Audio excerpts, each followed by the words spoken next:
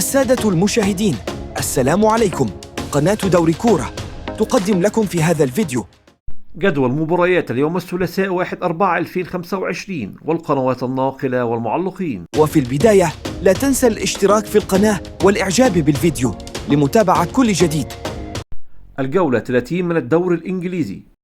أرسنال في مواجهة فولهام عند الساعة 9:45 بتوقيت السعودية. المباراة منقولة على قناة بين سبورت 2 ويعلق عليها علي محمد علي. ولفرهامبتون في مواجهة وست هام عند الساعة 9:45 بتوقيت السعودية. المباراة منقولة على قناة بين سبورت 3 ويعلق عليها عبد الله الغامدي. نوتنغهام فورست في مواجهة مانشستر يونايتد عند الساعة 10 بتوقيت السعودية. المباراة منقولة على قناة بين سبورت 1 ويعلق عليها جواد بدة. ذهاب ربع نهائي من بطولة دوري أبطال أفريقيا.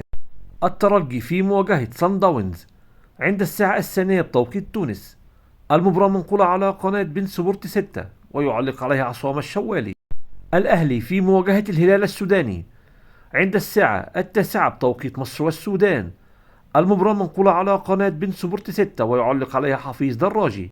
مولودية الجزائر في مواجهة أورلاندو عند الساعة 8 بتوقيت الجزائر. المباراة منقولة على قناة بين سبورت 8 ويعلق عليها محمد المبروكي. بيراميدز في مواجهة الجيش الملكي عند الساعة 8 بتوقيت المغرب 9 بتوقيت مصر. المباراة منقولة على قناة بين سبورت 5 ويعلق عليها محمد بركات.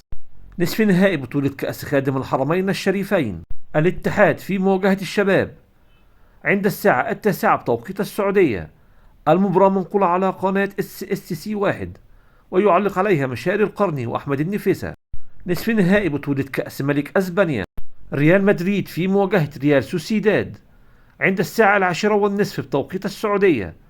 المباراة منقولة على قناة SSC إكسترا 1 ويعلق عليها خالد المديفر وفهد العتيبي. نصف نهائي بطولة كأس ألمانيا.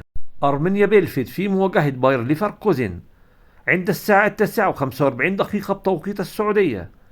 المباراة منقولة على قناة دبي الرياضية 2 ويعلق عليها عبد الله السعدي. نصف نهائي بطولة كأس إيطاليا. إمبولي في مواجهة بولونيا عند الساعة 10 بتوقيت السعودية.